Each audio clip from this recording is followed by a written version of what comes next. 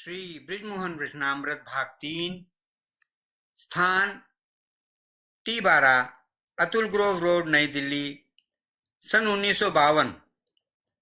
ईश्वर की इच्छा में संतोष।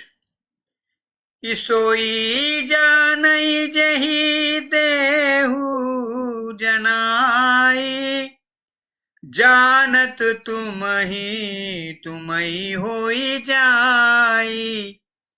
तुम्हारी कृपा तुम्हि रघुनंदन, जानहि भगत भगत चंदन।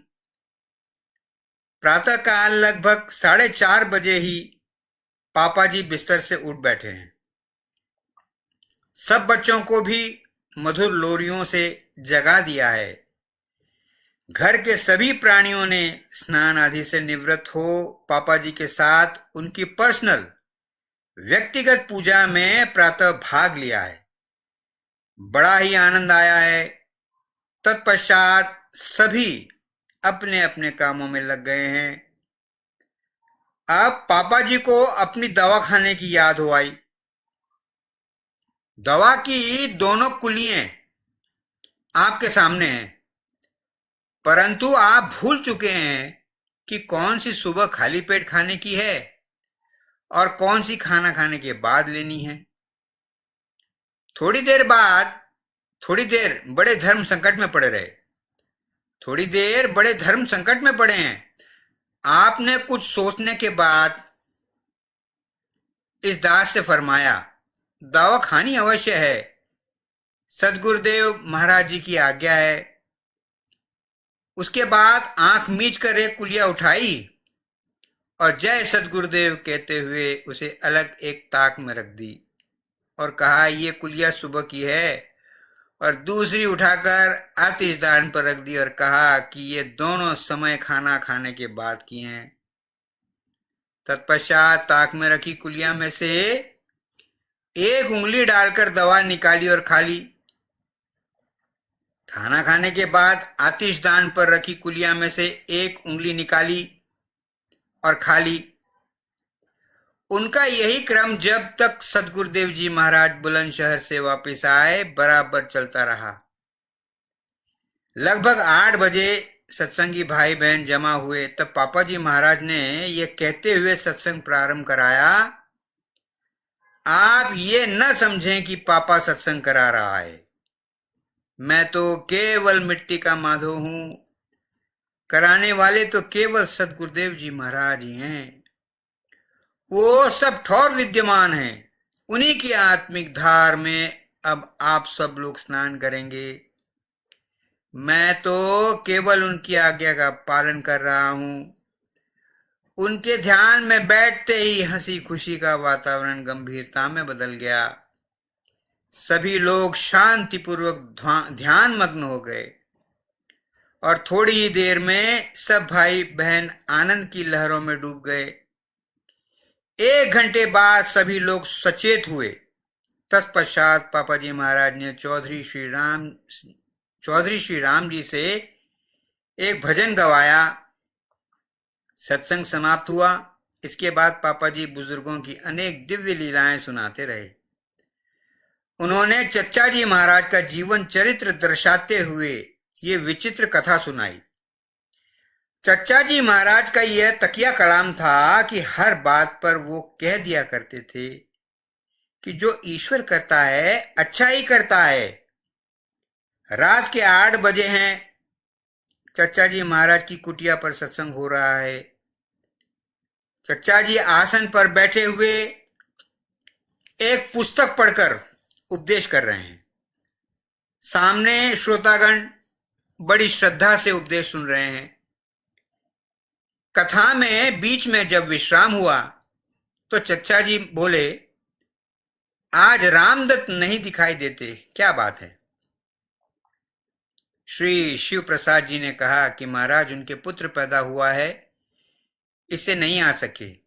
इस पर चच्चा जी ने कहा, जो ईश्वर करता है अच्छा ही करता है। केवल महाराज आज मुन्नू किसान की गाय मर गई। बड़ी अच्छी गाय थी, बेचारे को बड़ा नुकसान हो गया। वह वैसे भी गरीब था। इस पर चचा जी ने कहा, जो ईश्वर करता है अच्छा ही करता है। चचा जी का यह नियम था, जो बात उनसे कही जाती थी उसके उत्तर में यही कहा करते थे। आज भगवती के घर में उदासी छाई है। दोपहर को तो चूल्हा भी नहीं जला। 2 दिन से उसके इकलौते बेटे दीनदयाल को, जिसकी अवस्था 20 वर्ष है, ज्वर आ गया है। आज सरसाम हो गया। अभी अभी वैद्य जी दवा देकर गए हैं, परंतु उन्होंने आज फीस नहीं ली। इसी से घर वालों को संदेह हो गया है कि बीमारी बढ़ गई है। इन वैद्य जी का यही नियम है कि असाध्य रोगी से तब तक कुछ नहीं लेते जब तक उसका रोग काबू में न आ जाए। इस प्रकार दवा खाते 2 दिन और हो गए। रोगी की हालत बहुत नाजुक है। वैद्य जी की दवाओं का कोई असर नहीं होता।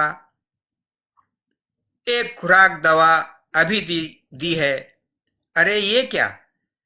दवा उलट पड़ी, वह हलक से नीचे नहीं उतरी। उसकी श्वास उल्टी चलने लगी, आंखें भी उलट गईं। सब लोग रोने लगे। जब तक वैद्य जी को बुलाकर लाए, तब तक रोगी जमीन पर उतार लिया गया। बस चिड़िया पिंजरे से उड़ गई।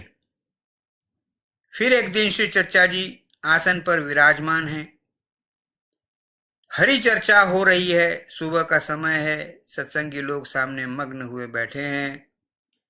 एक आदमी मैले फटे कपड़े पहने बहुत ही उदास मतवाला सा चला आ रहा है। आने पर चचा जी ने पूछा, आओ भाई भगवती, ईश्वर की कृपा से अच्छे तो हो? इस पर भगवती ने उत्तर दिया कि पैरों पर गिरकर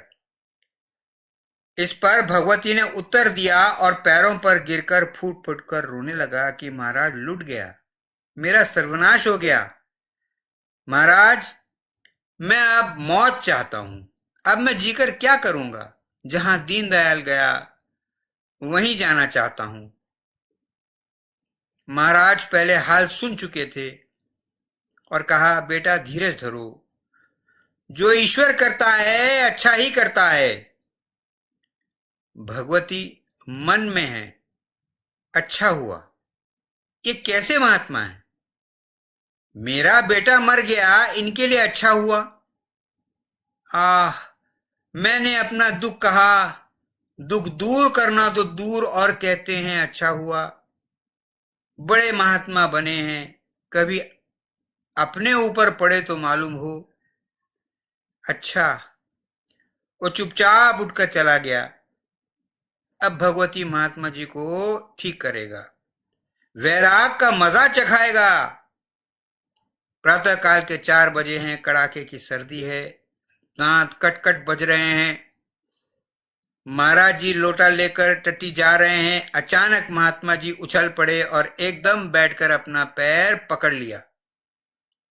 एक बड़ा कांटा महात्मा जी के पैर में चुभकर पार हो गया। खून बहुत निकलने के कारण महात्मा जी बेहोश हो गए। अरे ये क्या! पास की झाड़ी में एक मनुष्य नंगा चमचमाता हुआ छुरा लेकर निकल आया। वो इसी फिक्र में बैठा था। देखा महात्मा जी खून से तर हैं। सोचा थोड़ी सजा तो मिल चुकी है, फिर देखा जाएगा। अब पूछता हूं कि अब ये क्या हुआ? कांटा खींचकर और पानी का छींटा देकर हवा की। अब महात्मा जी ने आंखें खोली। चचा जी ने कहा, बेटा भगवती, इस समय तुम यहां कैसे? भगवती ने कहा, आपके पैर में बड़ी चोट आ गई। चचा जी ने कहा, जो ईश्वर करता है अच्छा ही करता है। भगवती आश्चर्य से, महाराज आपको इतनी चोट लगी, फिर भी आप अच्छा हुआ बताते हैं, ये कैसे? चचा जी ने कहा, बेटा ईश्वर जो करता है वो अच्छा ही करता है। न मालूम इस समय मेरे लिए कौन सा दुख पड़ता जो उससे कांटा लगाकर टाल दिया। ये सुनकर भगवती महात्मा जी के पैरों पर गिर पड़ा, अपने अपराध को महात्मा जी के सामने प्रकट कर दिया और क्षमा मांगी। अब भगवती महात्मा जी का अनन्य भक्त हो गया, संतोषी है और उसे अब सुख दुख बराबर है। ईश्वर पर दृढ़ विश्वास हो गया। अब वह उसी की रजा में रहने लगा, उसकी इच्छा में ही खुश। अब वह ईश्वर की कृपा से बड़ा अच्छा हुआ। वो इधर महबे तमाशा, मैं इधर मरगूबे हुस्न। वो उधर महबे तमाशा, मैं इधर मरगूबे हुस्न। वस्ल की शब दोनों जानिब, आलमे तस्वीर है। वस्ल की शब दोनों जानिब, आलमे तस्वीर है। इतने हिजाबों पर तो ये आलम है हुस्न का। इतने हिजाबों पर तो ये आलम है हुस्न का। क्या हाल हो जो देख ले, पर्दा उठा के हम। इतने हिजाबों पर तो ये आलम है हुस्न का। क्या हाल हो जो देख ले, पर्दा उठा के हम। परमात्मा तू ही है, तेरी इच्छा पूर्ण हो।